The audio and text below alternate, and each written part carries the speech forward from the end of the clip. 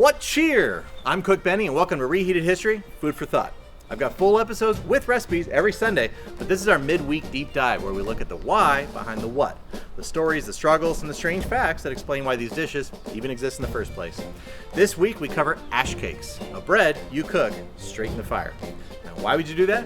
Because you had no other choice. So before we bury our bread in the embers this Sunday, I want to talk about the American Revolution. But the lesson here goes a little deeper than just a tough winter. The war was actually won by the logistics of nothing. The colonies couldn't tax, so Washington's biggest challenge wasn't out shooting the British. It was keeping an army of farmers and blacksmiths from dissolving and going home because they didn't have shoes, bullets, or food. At places like Valley Forge, eating a piece of charred dough wasn't just a meal, it was an act of political defiance.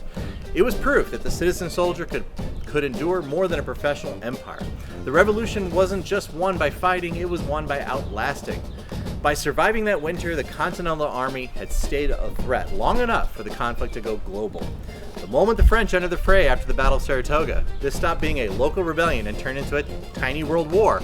Britain suddenly found themselves in a global game of chess where they had to pull resources away from the colonies to defend their much more profitable sugar islands in the Caribbean from French and Spanish navies.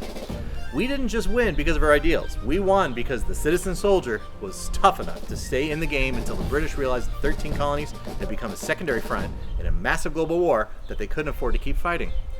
We'll talk about how all this survival tactic crossed from Native American traditions to the front lines of history this Sunday. I'll see you then.